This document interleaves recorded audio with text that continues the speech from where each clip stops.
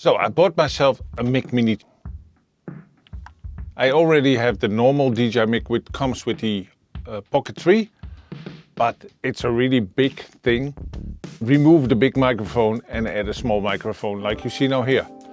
So in this video I will gonna show you how you can connect this new mic to all of your devices, because the main difference, it does not have any internal storage, so you have to record onto something like I do now with the Pocket 3. I will show you all the ways to record with this thing and why I think this is a real neat mic to have instead of the other DJI mic I have. So what was actually in the box? A charger, a receiver, 2 transmitters, a USB connector that you can combine with your receiver, a bag, 4 windshields and cables. Open the charger, add the 2 transmitters, add the receiver, add the USB plug and then close it. Then open the bag, add the windshields, add the cables and charger and then close it. It has advantages and disadvantages. Having this combination with the charger, the big advantage here is that it will automatically charge when you put it in there. And the charge can be up to 48 hours. Also, they are very small. You barely see them.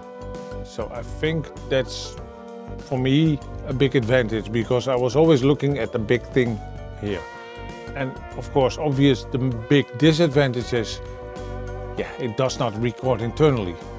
So you always have to pair it up with a phone or with a controller or with a Pocket 3 and other DJI products, of course. So let me show you how to do that. So the first option is to connect your Mic Mini to your Pocket 3. I'm filming with it right now and this one is not paired. I paired this one. For that you have to press the pair button on the Mini Mic and select an available slot in the Pocket 3. I don't have a Pocket 4, but I assume that will work the same. If that's connected, whenever you turn on your Mini Mic, it will automatically connect to your Pocket 3 and you're able to record audio like I do now. So for the next 2 options, I want to connect to my RC2 controller and to my phone. But to be able to do that, you have to prep your receiver, because for this you need a transmitter, like the microphone, and a receiver.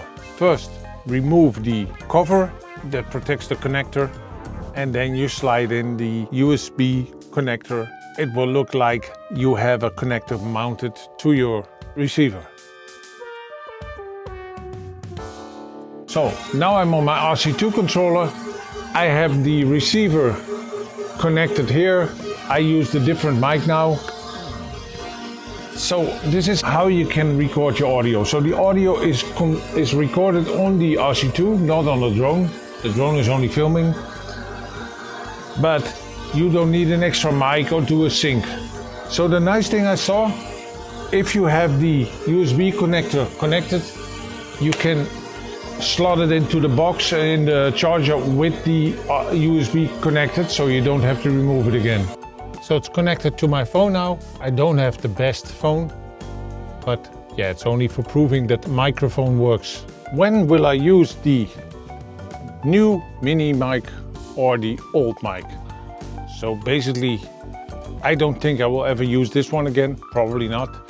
The only benefit of this one is that it can record internally.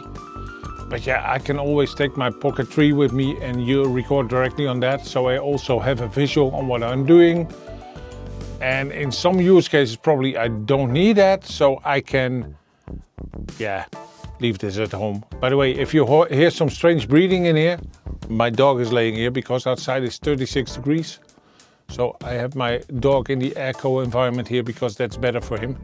So I hope that this was helpful for you. I'm very happy with the new mic. It sounds very good. It has noise cancellation. It can do gain reduction. So it can do a little bit more than this one. And let's, in the next video, test it in the field and see if it actually also performs there.